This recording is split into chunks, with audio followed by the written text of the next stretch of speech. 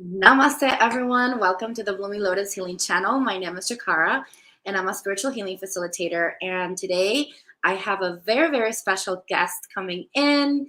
I have my husband coming in. We're going to be talking about how we heal ourselves and each other within our relationship. And if you're here, I trust that this conversation is something that might support you. And I really hope that this raw conversation that we're going to have is going to help you in your own healing journey, especially if you are in that process of healing with your partner or within a relationship. But before we get started and I bring him in, I just kind of wanted to drop in some announcements. I am shifting my website I just shifted my website into a new system. So you might see it a little different. That is the reason why it looks different, is because we just shifted into a new website. If you want to check out my new website, I want to invite you to go to thebloominglotushealing.com and check that out. And also want to invite you to go into my Instagram and follow me there. I will be announcing, of course, next time I go live there. So you want to make sure that you follow me there. And I also wanted to ask you to subscribe. If you want to support this channel, you feel like this channel is helping you in any shape or form, please do subscribe to this channel, and also share and like this video. Sharing is caring, and we want to make sure that we share as much goodness to the world. And so that's the intention here. I also have a Beloved Method class coming up. If you want to learn how to tap into your Akashic records, I have a class coming up, a beginner's class, which you're going to be learning how to clear energies between you and another person, which is something that I do a lot between me and my husband. We're going to be talking about that today. And if you want to sign up, make sure that you go into my email and send me an email, hello@thebloominglotushealing.com, to let me know that you want to sign up. For those who send me the email, you will get an actual 22% off the bat for signing up. So I would love for you to join me if you are interested in learning how to tap into your records and how to heal energy cords and heal yourself and your relationships with others. And last thing, I want to drop into the place of gratitude for my supporters. Those of you who are here supporting, who are liking and sharing the videos, those of you who are part of the Cosmic Light Activation group, you are amazing. I love you all. We just had our new moon clearing this Monday, which was incredible. And I'm just going to want to put your names here just to kind of celebrate you. If you are interested in joining the membership, then I want to invite you to go into my website, thebloominglotushealing.com, and sign up for the membership. But enough about all this stuff. I just kind of want to just dive into the conversation and bring in my wonderful husband, who, by the way, he's very, very private. So to have him come in today was a big deal. So I'm super grateful that he's doing this. So I'm going to go ahead and bring him in. Hello. Hi, baby. How are you? I'm doing good. It's been a long time since I've seen you last. I know. We barely get time together. Yeah, I know, right? So just so y'all know, everyone, he's actually in the other room. So I'm in my office and he's in his office, and then we just kind of I can hear him through the door. So we're in the same space. Yeah. And we're going to make sure that the audio would not echo and all that good stuff. So it looks like everything's working good. So Eric is saying, welcome, husband. Okay. So thank you. Let's go ahead and let people get to know you a little bit. So can you tell us your name and where were you born and where you come from, and tell us a little bit about you and your story. Sure. So my name is Harish, and I was born in Lafayette, Louisiana. And at the age of 3 or 4, we actually moved to Florida, and I was raised there till the age of 8. And then we moved to Texas, and then I stayed there till the age of 18. And then I joined the military, which kind of took me to different places like Kentucky and Virginia and the Virgin Islands, and then Alaska.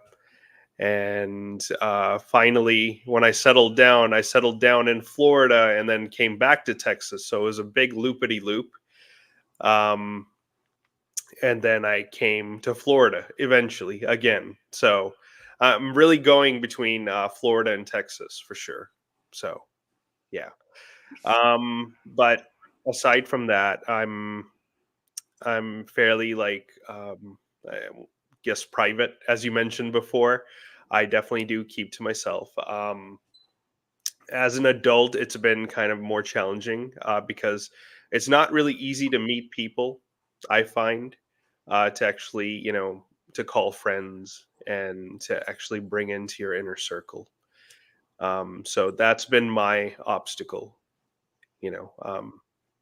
And then we met, somehow, some way. Um, and then the rest has been kind of history. I mean, we could tie it into like later questions if you want, or Yeah, of course. further. So, well, first of all, I just want to say thank you for your service. Um, because he's gonna shy about saying that he was in the military, and he's gonna shy about um, you know taking in the accolades. But I like to say that to him, and like to celebrate him in that. So yeah, so the way that we met online, Yeah, and I was the one that reached out to you. And it was kind of interesting because when I first met you, I never really thought that like I never really thought that you had trouble meeting people. Like we kind of vibe so well, and I feel like I don't even know how we made it. I made it through your barrier. It was kind of really interesting that yeah, that happened in that way. And sometimes I'm just really surprised because now that I'm in your inner circle, or in your inner world, I remember like when we first started yeah, dating, I felt like I was like inside this like very mysterious space. And I've always felt like that. And so, but it also feels very, very comfortable for me and very safe. yeah, And I feel like that also has been something that's brought a lot of healing for me, yeah, personally. And so just being in your presence and being in that energy of yours has been really healing for me. yeah, And I think that's the reason why I felt compelled to talk about us and our relationship, because I felt that you know what we have is, I mean, it is beautiful and unique, but I feel like it's possible to replicate for others as well. yeah, yeah. Absolutely. I think one of the tenets that we have is we've never really left anything off the table. I mean, we discuss everything. Like if you guys were to come and listen to us talk, you would see that nothing is off the table. Yes. um, it's really, I mean, whatever you're feeling, we just kind of say, and we don't really sugarcoat anything. And we're always exploring newer depths. We've had many eye-opening experiences together. We've taken mushrooms together for the first time. We've done an Yes. ayahuasca ceremony. These are things that I would not have done on my own. I would not have gotten ever, like, Yes. ever would I have would I have ever done anything of that sort of thing, if I was on my own. But it's so awesome to do that journey with my significant other, and we're both doing it, and we're both kind of exploring those inner depths of who we are, or who we're trying, healing those inner wounds, Yeah. together. Yeah, and I think it's really interesting because you remember when we first met, and I was fascinated, of course, that you were Indian, and then come to find out that one of your cousins is married to a Venezuelan. So I was like, oh my gosh, this is fate. Yeah, A lot of parallels too, which is kind of interesting. And at the time, I wasn't doing the SRT work yet. I was really spiritual and everything, but I wasn't doing yeah, SRT work, and I wasn't as aware of the soul relationships and all now the stuff that I teach to people. yeah, And I get to really connect to the how do I say this? I really get to connect to the truth of what I find out in my work with yeah, with us, which is so cool to me. yeah, And so the whole parallel thing, like having all these parallels in our relation, like in our own life, like yeah, like both coming from parents that were divorced, and they got divorced around the same time, yeah, aged for us, and like there was like so much that we had in common. Like I remember I don't even remember this when we were at Starbucks and I was telling you, I feel like I'm looking at a mirror right now. Like, Yeah, I mean, you know, our fathers were never really involved in our lives that much. You know, our mothers are, you know, like they were the ones who raised us, and they were also very like strong moms. You know, they were like they made their presence felt for sure. And I know that you've mentioned that too. Like your mom was always, you know, wanting to be in your world, you know, and to kind of you know, it was always like a boundary issue. yeah, And we both kind of have gone through that. You know, we both have. I mean, you've wrestled a good way of that already, but me, I'm like just starting on that journey. And it helps to have like a trailblazer, you know, someone who actually knows that conflict, who knows that issue, you know. So yeah. I think that in a way we came in because I mean, y'all, Harish and I are very different. Like I'm very open, and I am. I do have a I do get exhausted even though I am extroverted. I do get exhausted, and I do need the time away. yeah, But at the same time, like I'm kind of like the opposite from Haresh. So Haresh is kind of more, introverted. He's more private. He's more, I mean, it took a lot for me to actually ask him to come because I wasn't sure if he was going to come and do a live with me because I know how private he is. yeah, And I'm the one that kind of expresses everything that's happening and here on the channel and everything. But I really wanted to bring him over because first of all, um, I wanted you to like just connect to the audience because I talk to you about the audience all the time. But I also wanted yeah, you to kind of share your side of things, right? Like how it's been in relationship with the healing that we've been doing. I mean, we kind of came together, and one of yeah, the messages that I got in the ayahuasca ceremony when we did that last year before we got married was that we were the trailblazers of our family. Like we are the ones that are basically the light bearers of our family, and we're kind of picking up a lot of gunk as we go, and we're doing yeah, some heavy lifting. yeah. So tell me, how does it feel for you? Like as you know, as we're doing all this work, it's work and it's messy and it's not pretty. I mean, we're talking about this right now, but Yeah. really, when it comes to the nitty gritty, it gets difficult and it's work. So Yeah. how is that? How does it feel for you doing all this work? Um. So, because I don't really have a blueprint, because no one's really done it, it feels very, you know, like you're making a path, if you will, hopefully for others to follow, right? But you're also kind of, it feels a little isolating because there's no one that I can approach in my family, like, hey, look, I'm going through this. Remember when you went through that? Um, you know, like to give me a little piece of advice, little nuggets of information that would be amazingly helpful. The other thing is that, you know, for the most part, my family doesn't really, I don't necessarily even know if they would want this type of growth. You know, I think Mm, many of them are happily ignorant, you know, and this is the way they pretty much want to be, you know, they're okay with where they're at, you know, type thing. At least that's what I get whenever I speak to them. They seem to be in general okay with, you know, whatever it is that they're going through. They really don't want to like probing and digging deep. They don't like and doing anything like that. They like being surfacey. They like being, you know, just, you know, this is me, and this is what I know about myself, and this is it. This is all. I'm not willing to actually go inside even further. So yeah, and that that's in itself, that journey becomes very isolating if you don't have those type of people around you, you know, like who grew up in the same environment, but somehow they're very, very different from who you are. yeah. Yeah, that's definitely it's it's just one of those situations. Yeah, it is difficult. And and it's interesting because we're kind of like in the same predicament because, with my family, Yeah.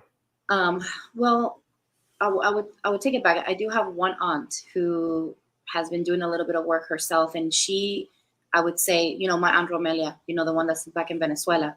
Yeah. And she was definitely a big influence in my life. Yeah. That really positive influence. That she was really all about like self-help books, and she, I don't know, it's just like her embodiment of who she was. She wasn't necessarily telling me, but just Yeah. by me watching her, I was just kind of inspired by her because I noticed, my grandmother used to be, a very, stern and, you know, um, woman, and sometimes unloving in many Yeah. ways. And my mom too. My mom was kind of like following my grandmother's footsteps, and so, but sometimes it does feel isolating because she is in my country, back in my country, and Mhm. then I don't get to talk to her as often. And then I really am setting the intention to do more healing work with my mom. But how much work can we do with someone else that doesn't want to do the work, right? And so Yeah. sometimes that gets complicated, and I'm seeing the reflection of that. And then also on the other side of mother-in-law situation as well, like kind of going back and forth with that. And, there's so much that I've had to kind of, I still have so much work to do for Yeah. myself, and I feel like it's like never ending. And my dream is to be able to have a more peaceful relationship, right? Yeah. Especially with your mom, and with my mom it's gotten better, Yeah. especially with your mom. And so so I know that she's serving as a reflection for me, right? Like I'm choosing to see it as that, right? Choosing to see it as more of as a reflection for me Yeah. too. Okay, there's still some work to do within myself. Yeah. And I feel like when we and I think what's really been working for us is that we both are doing the work, like, and we kind of hold each other accountable too. Yeah. And I think that's so important, because if we don't hold each other accountable, then how are we going to really see what we're doing? Yeah. And it doesn't mean that everything is perfect and we have everything figured out, but we're trying. Now we were talking about this. Remember one day we were talking about like who is really lifing right, right? Like, are we lifing right? Yeah. You Yeah. remember? One of those. That was the question that I got. When we were taking our first mushroom journey together. Yeah. Yeah. If we're Are we lifing lifing right. right? Yeah. Yeah. And so and we were both like, nobody's lifing right. Who has their life, put together and perfect? No one does. And Mm. so when we kind of come into that understanding within ourselves, then we can just say, well, you know what? We're imperfect people trying to love each other, Yeah. right? And I think that's where that commitment to each other comes in. Yeah. But we're both kind of putting in the work, right? We're putting in the work and setting those intentions. Yeah. So for anyone out there who is dealing with, for example, like that isolation, like, what would you say to them? What have you been doing to help you at least cope with all of this isolation? One of the key things is like meditation. To find that inner peace in yourself, because when you actually have that strong core in yourself, then you're more resilient for it. You could actually go through like whatever life offers you and just like take it with grace.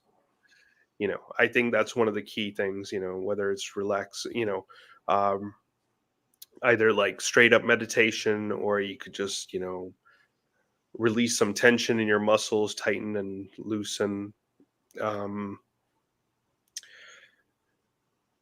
Positive, affirmations to yourself, in the restroom. Hey, I love myself, I'm good with me. If I'm good with me, then, it doesn't matter if anyone else is good with me or not. I'm okay with me, So I don't have to attack myself on behalf of you or on behalf of somebody else.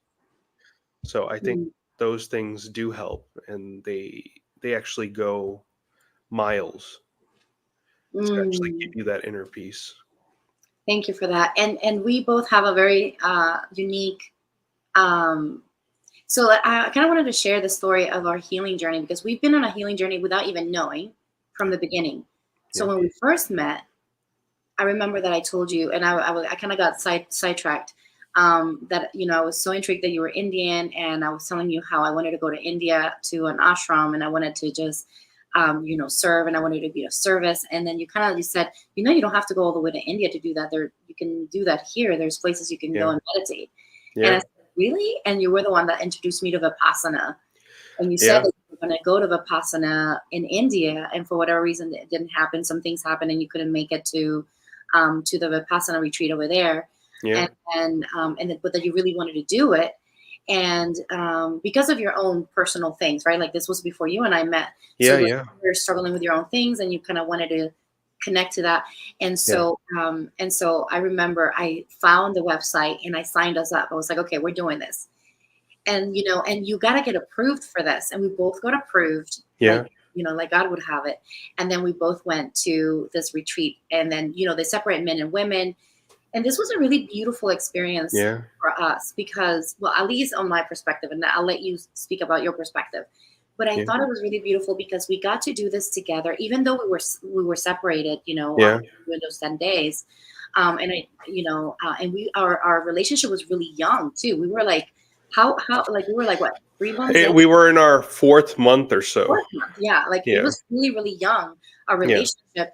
And so we go to this thing, and I remember everyone at the retreat were like, once we were able to speak on the last day, everyone Yeah. was so surprised that we were doing this together. They were like, y'all don't understand, like, this is a big deal. I was like, really? I mean, I was just excited that we just, Yeah. know, It and was one of those experiences. Yeah, absolutely. It yeah. was one of those experiences. Sorry, I didn't want to cut you off, but Go yeah. ahead, yeah. No, it was one of those amazing experiences that you kind of I mean, the whole thing is designed to like provide a good stepping stone to for your healing journey. Like those 10 days that you get where you're in like intense meditation, and basically that's all you're doing. You're sleeping, eating, and meditating. That's your entire day. And obviously sprinkle in your own chores, like if you need to wash your clothes because it's like a 10-day thing, and you might not have brought enough clothing for you, so to actually hand wash everything and all that, and take walks around nature because it's a big reclusive nature environment, like way it's like an agricultural area where they have it. And you get a lot of quiet time to yourself. A lot of Yeah. people don't have that. And um, a lot of people actually they have, they take a little bit of issue with it too. No one likes being without distractions, right? But a lot of people are uncomfortable with it, like to strip you of your devices, your cell phones, your tablets, your computers, and to really just be with yourself in your own company, and you can't even talk to anybody else. I mean, you're going to get some epiphanies if you actually do it right. And that's the way this thing is. It's this great course that I think everyone should try if you're actually prepared to take that step. Yeah, I would say that I'm eternally grateful to you for bringing Vipassana to my life. And there is me before it and me after. It really shifted my life. And so much so that I feel that Vipassana was the thing that actually got me to want to be of service to others. Like, this was the life-changing experience for me. And I don't think I would be doing what I'm doing now if it wasn't because of think of Vipassana was the root that brought a lot of healing into my life. And I really, I know that you were the one that brought that to me. So thank you for that. And Thank you. and that was beautiful, right? Like, we both received what we needed to receive, and individually, but Yeah. then we also kind of had like this beautiful. I remember being high on life, leaving the retreat. It was It incredible. was different, right? It was like the colors were brighter, and Everything, it yeah, was like you were hearing sounds for the first time. I mean, yes, and like our taste buds changed too. I yes, mean, they basically reset us.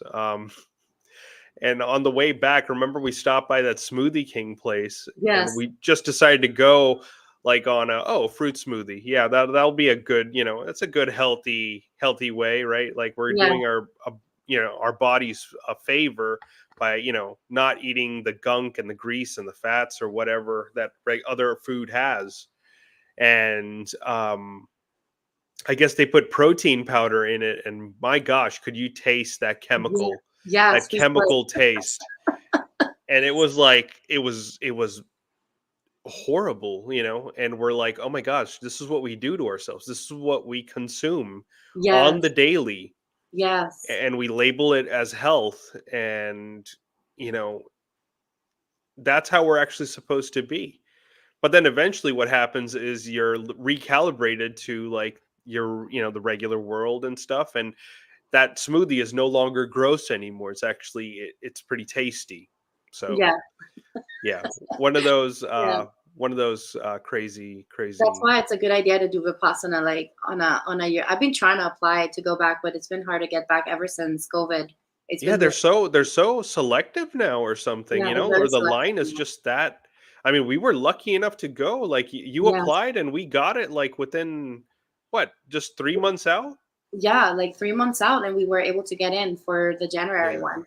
And That's so, unreal. And now you've been trying for about a year, right? And yeah, still basically. and still they haven't really said that you have this course coming up or Yeah, anything I like mean, I'm that. gonna try again. I'm gonna keep trying, but we'll see. Yeah. But Yeah. I have some people here commenting. So Erica is saying that she can definitely relate to you when you were talking. She mentioned that when you were talking about your family and kind of like feeling, you know, uh, kind of isolated or like feeling that difference between what you're doing and what your family's doing. So she's kind of like sharing that. So thank you, Erica.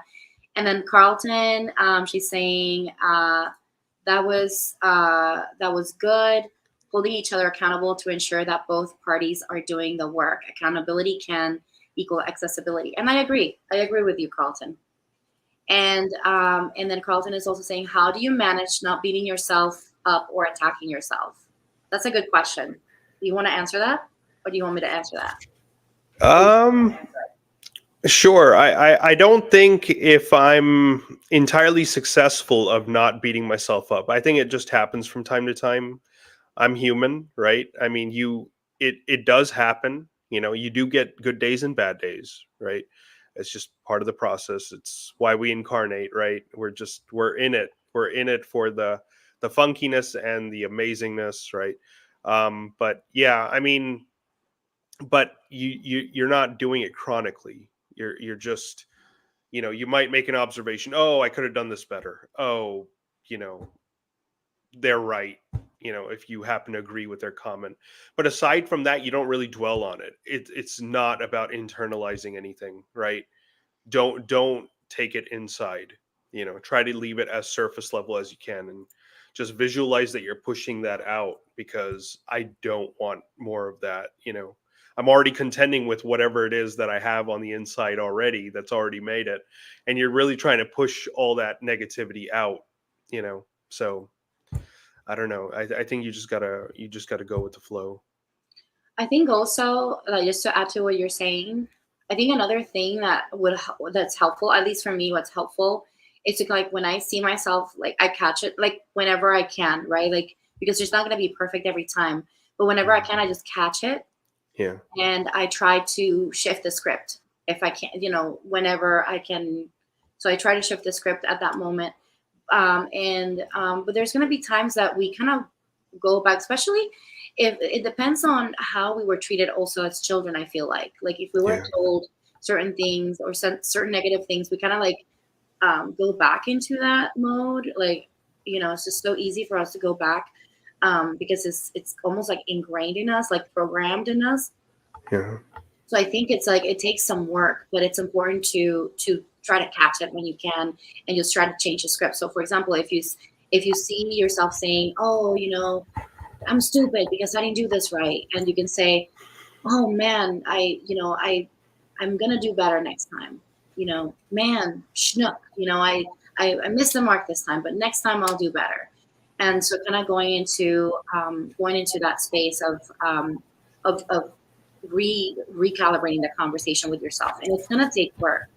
Another thing that Haresh and I do, which I kind of wanted to kind of bring the conversation about healing within ourselves and within this relationship.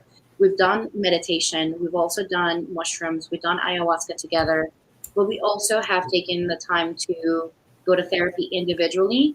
and together. And I kind of wanted to dive into that because I think it's important. I have found that couples therapy has been a really beautiful and powerful way for us to find at least that third party perspective that is coming from someone that is neutral, that wants the best for our relationship and for us to get along. Um, so I feel that, what are your thoughts about that, Harish? Yeah, I mean, therapy definitely brings about a perspective where you may not see an issue, right? Because you're so close to it. The therapist has the advantage of being further away from what our issue is and to actually observe it from a third person perspective. So, yeah, I mean, absolutely. I mean, every little bit of feedback actually helps. It prevents us from being, going that loop, and to actually break free of that loop and actually achieve growth, right? Because that's really why we're doing it, Right. to actually grow it. Yeah. And I think also there's also this expectation of things being perfect all the time. Like I know for me, like watching the movies and you always watch the movies and you're like, oh, they're happily ever after, and you never see like the real stuff that happens. And like for us, we're both kind of like unique in the way that we're both only children on our for under our mothers, and then for we didn't really get to see the nitty gritty of what it takes to have a relationship. Like our mothers didn't have a partner, right? Like that we could they could at least like we could see the dynamics. Like so it's kind of like where you're going into a relationship blindfolded in a way. Like you don't really know. You kind of have an idea, you have an ideal Yeah. maybe in your head, you have like maybe like some sort of like, because you watch the movies and you think that it should go this way, or because you've watched other people and then you're like, okay, well maybe this is kind of like what it should be. But we don't, I mean, at least personally, for me, and I'm sure for you too, not having that example also kind of has brought a lot of like feeling lost, right? Like feeling lost in the navigation of things, right? Yeah. Um, I think, I mean, obviously movies, shows, I mean, they fulfill a fantasy, they just give us, that's what they're supposed to do. They're selling us a fantasy, right? And it's important to detach from that. Real relationships take work. It's not perfect. You're going to have to, there's going to be times where, you don't want to be next to each other. And, that's perfectly normal and that's perfectly healthy. And, you can't judge it. You can't, I think a balanced relationship has everything, right? You're going to have fights, you're going to have arguments, you're going to have great times too. And just take one, just take it in stride, I think. And obviously try to maintain composure and balance about it, try to, not exaggerate the issues, or not see at not see a fight as like a doomsday scenario, because I yeah, mean that's true. it's it goes, I mean it just, I mean it's in the realm of relationships. So if you have a fight, you have a fight. You had a fight for a reason, and you're pulling up core issues. Now the important thing is to actually tackle those core issues and don't let them fester. Try to address them as constructively as possible, and then evolve from there. I mean, I think that's what the key is. And I think also what the key is recognizing that things, and that's something that I've had to learn personally and within our relationship, to be patient in the process, because things are not going to be resolved from one day to another. And we also want to extend grace to our partners, in the sense that heck, like give them an opportunity to make the change and at least celebrate those changes that they're making. Maybe they're not making a change that is like what you expect, because we have these expectations, so sometimes we got to let go of those expectations and really practice that radical acceptance. And when we do that, our hearts open up, because we're able to really see the person for who they are, beyond the ideas that we have in our head. I think the judgments that we cast upon our partners is what really brings trouble in our relationships. Um, and so having that conversation with yourself also, hey, am I really loving this person for who they are? Am I accepting them for who they are? And am I putting all of the things that I want for myself on this other person? Am I putting Mhm. all of these expectations on this other person? And what can I take back and put it back, and the responsibility back on myself? Where within the realm of our relationship I must take responsibility for my own triggers and my own issues, right? So then I don't burden my partner. It doesn't mean that we're not going to rely on our partner and share the struggles. I'm not saying that, but where are we kind of pushing all of this burden out into the other person? And if you're the one on the receiving mode, speaking up and saying, hey, listen, this needs to change, and kind of talking about your needs as well. Yeah.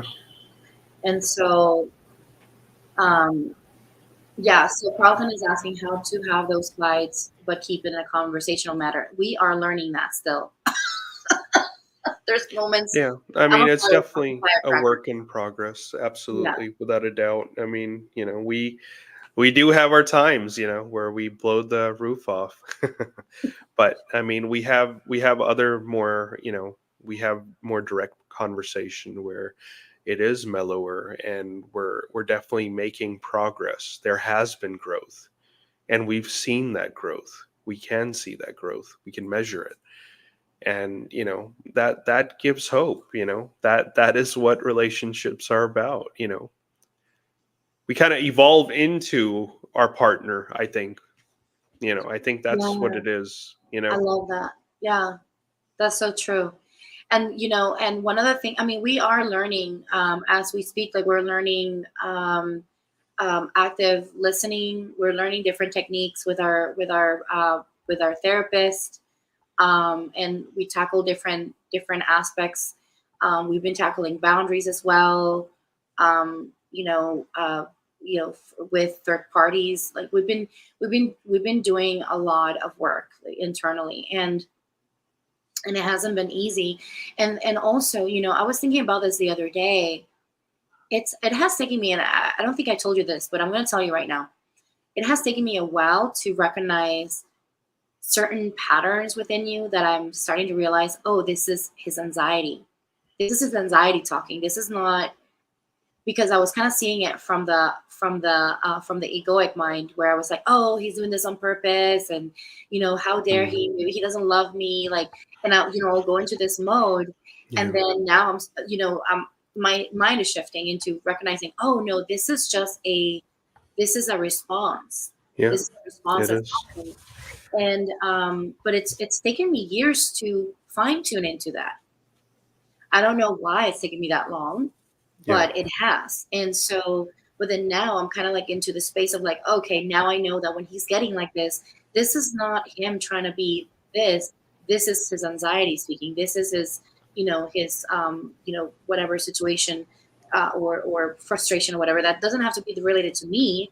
It's just something that's happening outside that's affecting him, and that he's just reacting this way. And so, like, I feel like it's also important to recognize these things, or even have these conversations about triggers with each other, Yeah. so that we know and we can recognize these in each other and not take them personal. Yeah, absolutely. I mean, if you don't step on the rattlesnake, if you will, I mean, it's the best course of action that you can take, especially when you know that rattlesnake is there. That's the last thing that you want to do. You don't want to antagonize or poke the bear or anything of that sort. You just want to go about it clearly, with an even mind, even mind, and I don't know, just a dialogue. Yeah, I think that's important too. And then giving ourselves permission to, again, to be imperfect within the relationship and forgive ourselves and each other as well. So, for example, like, if you had, Carlton was asking, how do we keep these fights, from being, from going into explosive to more conversational? Well, we are a work in progress. We know that those moments that we do get into that space, but then also recognizing, you know what, we're going to give ourselves another chance, and we try to have a conversation after. And we practice where we sometimes, what we'll do is that we'll, at that moment where we're heated, we're like, okay, we'll make a time to, like, an actual, like, put it on the calendar. Okay, we're going to talk about this time and this date, and then we're going to sit down and listen to each other and try to hash it out. And it's a trial and error thing. We're not perfect at it, but we try our best. And then and then also when we found ourselves kind of like hitting a wall, that's the reason why we decided to go to therapy. Because I said, okay, we're obviously not doing good right now with this thing, so let's just try to bring someone else into the picture that's going to help us with this. And so we've been, I feel like it's been really helpful. Yeah, it has. It has. Yeah. It's a neutral environment, so absolutely, it has. We both get the chance to actually have our say, and so the therapist can actually see what's going on. So, absolutely. I love our current therapist, because she's very direct. She'll tell it how it is, and she's direct. But it also is so helpful to have that, because then we can hold ourselves accountable for that. Yeah. So Arlene is asking a question: how do you keep the personal from spilling into your work mission? That's a good question.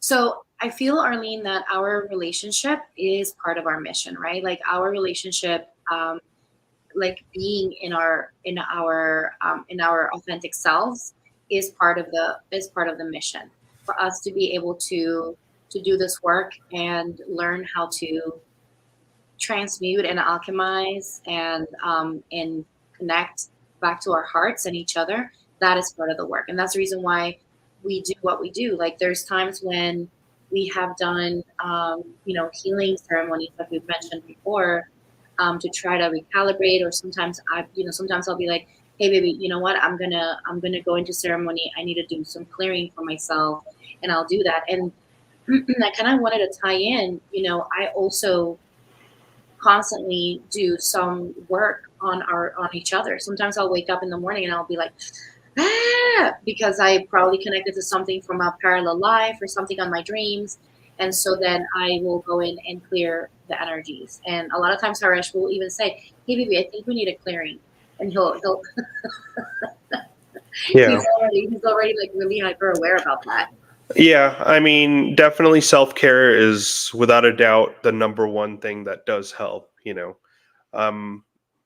personal life, just, I mean, it's always there, it's always constantly building up.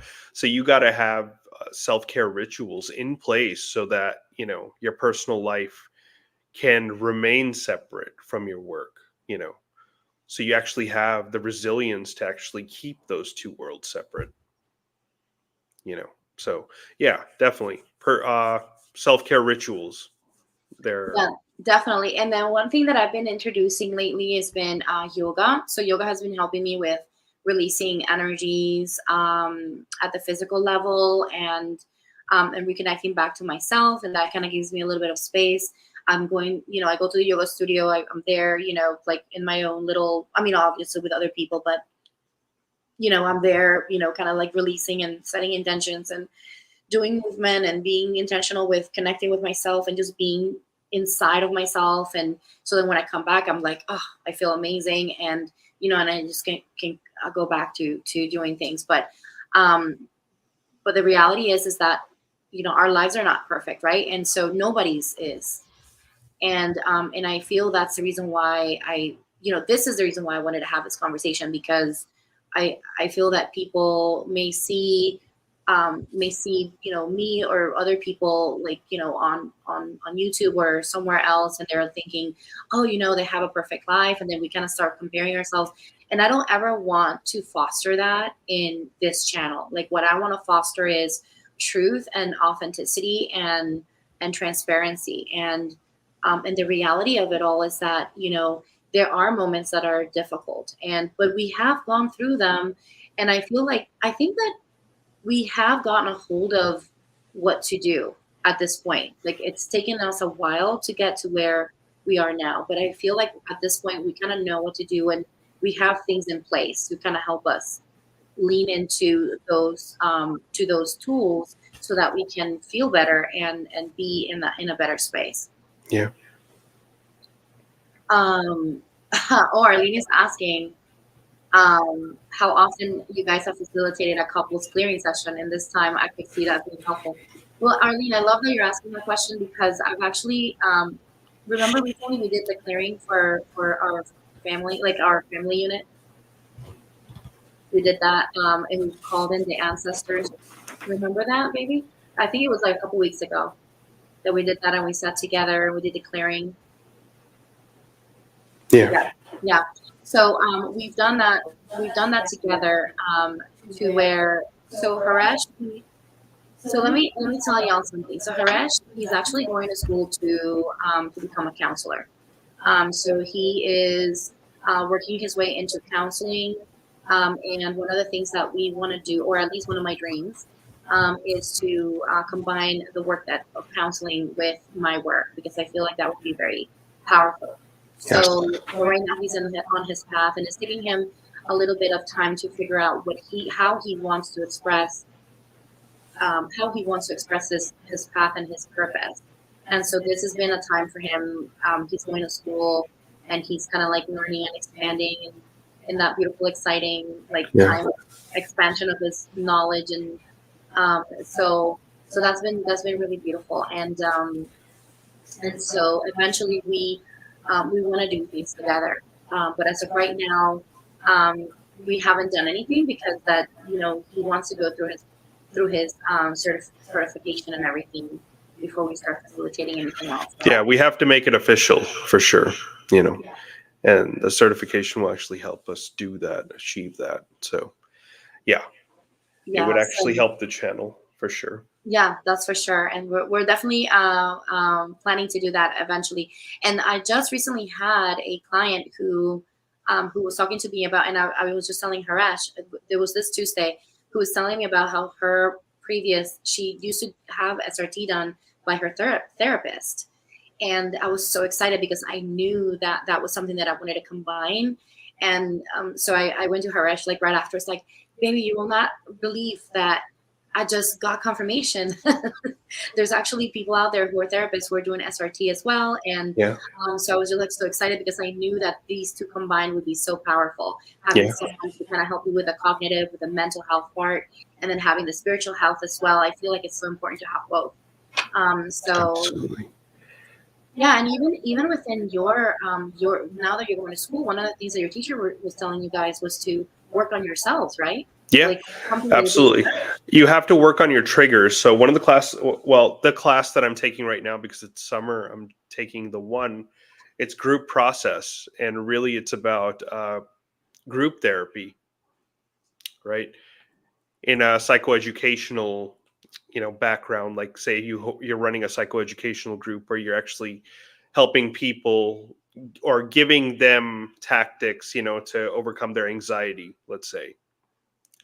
So as people talk and dialogue amongst each other, right, and you being the group facilitator, if something triggers you as a facilitator, even if somebody says something that doesn't align with your core values, you can still wear that therapist hat or that facilitator's hat and just not be, even though you don't agree with it, you're not going to really go into your feelings, and you're not going to be, you're not going to recoil basically emotionally, right? You have to maintain neutrality. And yeah, you may not like some of the people that you're seeing or working with, but it's not about that. It's not about what you want, right? It's about getting them to a better place. So, yeah, I mean, that's really what we're learning about right now. So, yeah, that's awesome. I'm like so fascinated with the classes that he takes. I'm like, okay, I love it, and he's doing amazing, and I'm so proud of him. He's doing really well in school right now, and he actually has a background. So he has a bachelor's degree in psychology, which that's one of the things that I found sexy about you, baby. French. I'm gonna say it, but I was like, "Ooh, psychology! Ooh, I like that." Anyway, and so because I've also been very interested in self help and psychology myself, so it's like for Yeah. me, it was like a no brainer. I really enjoy it. I was like, "Oh my god, that's so cool!" Yeah. And the fact that you're pursuing the counseling degree, I'm just so excited because I know it's on your path, especially because you were so attracted to it when you were going to school, because you originally weren't even going to school for psychology, right? You were going to school. No, it was business. It wasn't until I took a summer class where I needed a social sciences credit, and I happened to they were offering intro to psychology, which would fulfill that part of the curriculum, and that's when I was like, wow, what a field. Like, like business is like all numbers and statistics, and you read about case studies of companies and yada yada yada, but like with psychology, you're about like the self, right? Like what your issues are, or what somebody's issues are, and what you're contending with, and the traumas that actually brought those about, and the history of the field of psychology, where you're talking about Sigmund Freud and what they went through, and like the Victorian era, basically the very beginnings of psychology, or modern psychology. And just, I don't know, it's like one of those fields where I just feel like, oh yeah, I'm personally involved in this. I definitely have, I'm feeling psychology. We all feel psychology every day, Right. so I mean, what's not to love? That's my perspective on it. So I love how you light up when you talk about it, and that's how you know. yeah, That's how you know that you're in your path. It's yeah, amazing. And then yeah. Arlene is saying, "Universe leads us." And then Melanie's saying, I love hearing about healing together as individuals. I'm hoping if my twin flame and I come together, we can do this. And yes, Melanie, I'm so glad that you're mentioning this. So I'm kind of want to mention, so Harish and I, we are part of a flame. So as if you've been following this channel and you know that I talk about soul relationships, you most likely have seen a video or two or a couple of videos where I talk about soul relationships and I talk about the flame type of relationships, and the twin flame is one of them. But then we also have the flame siblings. So Haresh and I are part of the same flame type of family, but we're not twin flames. We're the next close step of that, which is the flame sibling. And so my twin flame is not incarnated, and but then we haven't really like I'm not really attached to the to having a twin flame because my twin flame is not planning to incarnate in the first place. And Haresh, I know he has a twin flame somewhere. So we'll see how how that twin flame will show up. If it'll show up in a form of a friend, or maybe we'll have to discuss if a romantic situation happens. We'll have to talk about that then. But for now, we're both kind of focusing on our relationship and healing. And I know and I trust that everything that we're doing is helping us individually at the soul level. Yeah. And I know this is kind of woo for you, baby. No, like I kind of go in the woo side. I'm nodding along. Yeah, you're like, you're not ill. It's okay. I talk a lot about this with Haresh, and he's like, okay. He trusts me because he knows that we feel better after we do the clearings. Yeah. But he's still learning that everything, because it kind of goes over his head sometimes. But it's fine. He doesn't have to understand. As long as he's okay with me doing the clearings, we're good. Yeah. And so anyway, so he's a flame sibling, and so we have that's the reason why we have a lot of very similarities. And sometimes a lot of people can confuse a twin flame with a flame sibling, precisely because of how close the relationship is. It's kind of quite literally one step out of a twin flame. And so and twin flames don't always have to be romantic in nature. They can also be other types of relationships. And the purpose is always to bring healing and to bring the light into either the ancestral lineage, or into your soul, or into your into whatever it is that you're doing, bringing your mission.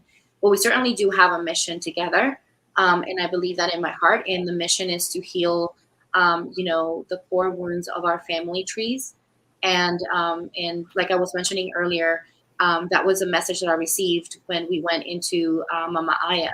And so much so, our ancestors were there that the shaman, remember the shaman, how the shaman came? We didn't even ask the shaman to do this. Yeah.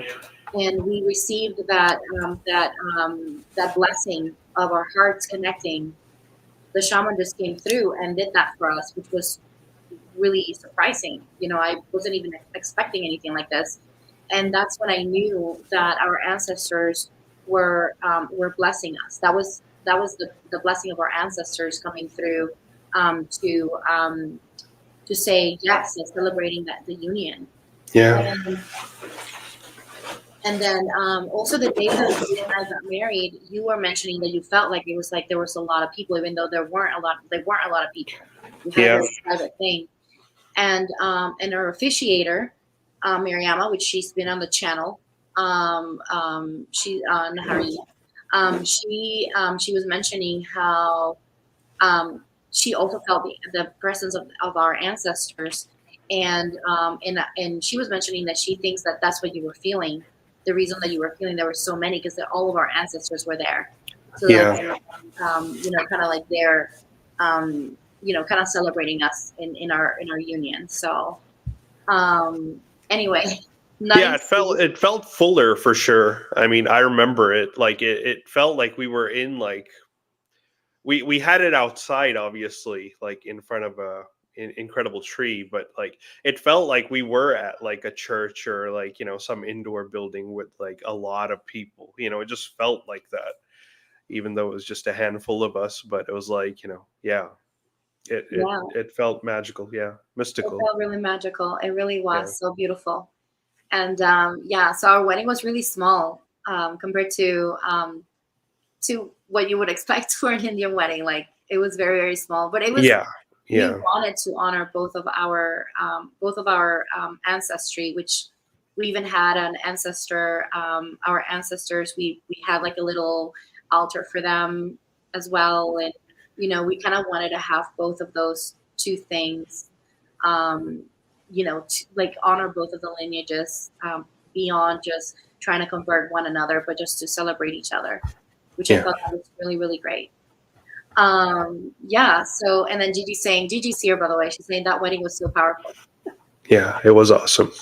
Hi, Gigi. Yeah, Yeah, she was behind the camera. yeah. Gigi was at our wedding, so she Yeah, was behind the camera, holding the camera for my mom because she couldn't make it. So we were doing FaceTime with my mom, and yeah, yeah. So it was really beautiful, and I'm so grateful. Okay, so I guess a couple of things that I kind of wanted to just tie the any loose ends. If there's anything you can take out of this video, is to understand that that within the relationship, there's going to be certain you may be coming in with expectations, and you want to make sure that you are managing those expectations, and to not be afraid of asking for help, right? To go to therapy, or not be afraid of trying something new, such as maybe trying a meditation retreat, or even going to a ceremony together, an ayahuasca ceremony together, or even trying to do a mushroom ceremony together, or even having conversations, or maybe trying to shake things up, maybe trying to do something spontaneous, and offering a different aspect that to your partner that might be helpful, in the really, maybe knowing that your partner has been asking for something and they're asking for their needs, maybe trying to shift into honoring some of that, and doing that for each other. I think that's important, and having clear communication as much as you can, and knowing that if you have those fiery moments, that yeah, you can forgive each other at that moment, or when you feel ready, and then come back together and have the conversations, and talk about what you need and what you felt within that situation, right? And I think those are I feel like the key takeaways. Do you have anything else that you want to add to this? so I would say Yeah, instead of doing like the full-on mushroom, like what about microdosing? That's another thing. I think that would be powerful too. Yeah, I would think like if you as a couple actually practice microdosing together with like an intentional meditation, I think that could peel away layers and really get you into that depth over like a period of time. Like I want to say, I don't know, 6 weeks, 8 weeks usually is what it Yeah. takes for Yeah. microdosing to come full circle. Yeah, I So think it takes time because it's going to be more it's going to be a little less intense than a ceremony. yeah, So you will be basically kind of connecting to these things more on a small dosage, right? So like also I think being comfortable with your emotions too. Give yourself permission to emote and to purge whatever needs to come out, and maybe meditation doesn't work for you. Maybe using something such as painting or expressing yourself in some way, writing or journaling, also allowing yourself to, like, especially if you're going to do any sort of entheogen type of work, whether it is microdosing or a full ceremony. mhm, um, I believe that having some sort of a way to express out the energy, whether it is through painting or writing or singing or dancing or even crying, you know, that would be incredible. So yeah, um, yeah, so I think thank you for saying that. I didn't even think about that part about doing the microdose. I think that would be really powerful too. yeah, And so, yeah. And then Gigi's saying something. She says, "What I love about your relationship is that you embrace one another. You're flexible enough to consider the other, and that is space you allow yourselves to heal." Yes, absolutely. And I think, and like what we were saying earlier, there's nothing off the table. Like, I share everything with Haresh, and yeah, Haresh shares everything with me. Um, we don't hide anything from each other. yeah. I think that's been Yeah, the root of our relationship from day one. it From day has. one, Yeah, we've it been has. It has. I mean, I don't know. Like for me, I guess I didn't really have that much experience in the world of relationships. So like I came in with a fresh, pair of eyes and ears, and I didn't want to leave any stone unturned. I have heard from people that, because they've led this entire separate life or they've kept some things completely hands off and separate from their partners, eventually it's just come to bite them in the butt. So I kind of wanted to not not walk that path, and I really did want to be open. And I mean, I think we both went over our own flaws that very first meeting at that yes, Starbucks. we did. We kind of when you asked, hey, what are your demons, and I kind of told you about the anxiety, and you kind of told me about, you can go through a temper sometimes. And I think we mentioned each other's, whatever we had to say, over the couple hours that we did speak that very first time. So I Yeah, think we did. that, yeah. And we were both there, for it. It's not like, oh well, see you later, good luck, to that. I think it's important to be uh, as grown up and forthright about it as possible. Just no one's going to be perfect. Yeah, I think that was, I think that was what made our relationship so, or at least that was the strength, right? What brought strength into what's brought strength into our space. And then the funny thing, yeah, that's our cats going back and forth. Yeah, Now they get to see I our other, hear them like zoof, yeah. Now they get to zoof. see our other cats. Yeah, But yeah, so I just kind of want to take a moment just to thank you really for, as we close this conversation, I want to thank you for coming forth. I know this wasn't easy for you. Y'all, you don't understand. Like, he deals with anxiety, social anxiety, and he also deals with, not wanting to have his stuff out there. He's very, very private. So this is very, very special. I don't even know if I'm going to have him here again. Please let me know in the comments if you want him back. Let's show him some love so he knows that he's loved in the channel. But I kind of wanted to also read something from a book that I keep going back to this book over and over again, and it's called The Gifts of Imperfection. And this is by Brené Brown, and I kind of wanted to read this because this talks about something that we've been working on ourselves, which is boundaries and compassion. And I'm going to read an excerpt. This is on page 17. If you do have the book, on the very top of the page, and this is what Brené Brown says about the heart of compassion. She says, the heart of compassion is really acceptance. The better we are at accepting ourselves and others, the more compassionate we become. Well, it's difficult to accept people when they're hurting us or taking advantage of us or walking all over us. So what this research has taught me is that if we really want to practice compassion, we have to start by setting boundaries and holding people accountable for their behavior. And I honestly believe that our accountability for each other has been the tenet of our relationship, and being able to have compassion for each other. And without a doubt. Yeah, so I just kind of wanted to share that as a closing. And then some people are saying, oh, well, so Chris is saying you're doing a great job. So thank you. Thank you, Chris. Yeah, let us know in the comments. Do you want him back? Would you like to see more of Harish?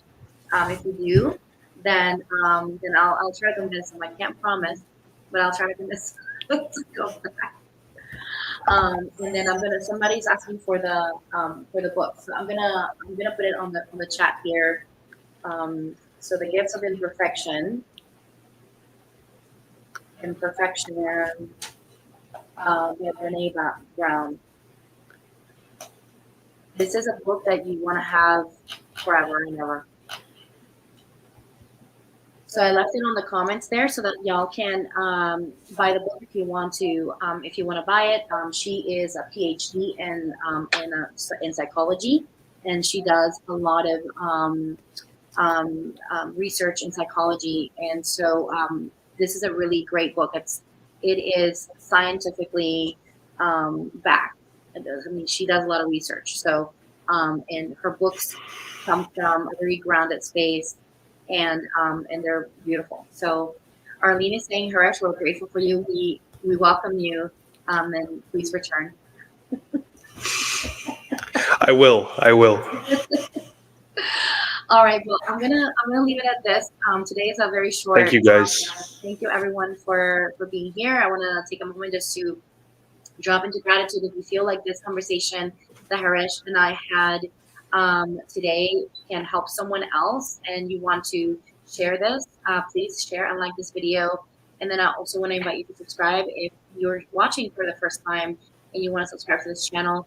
And then make sure that you go into my Instagram and follow me there. I will not be live next week. I'm taking time out next week, focusing on healing and connecting with myself, because that's how I can show up better for everyone. So next week I will be off, but I will be back doing lives on the week after. Okay, so I will be back on the 31st doing live, the Monday live for reading. So if you want to get a reading, the 31st I will be live from 7 to 9 p.m. Eastern time. So make sure you mark your calendars. And if you're not on my meetup group, make sure that you go in there. I usually leave it on the description below.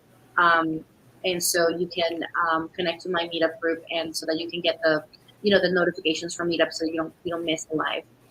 So anyway, thank you so much for everything, for your presence, for just listening to our conversation. Thank you so much. Love you all. Bye.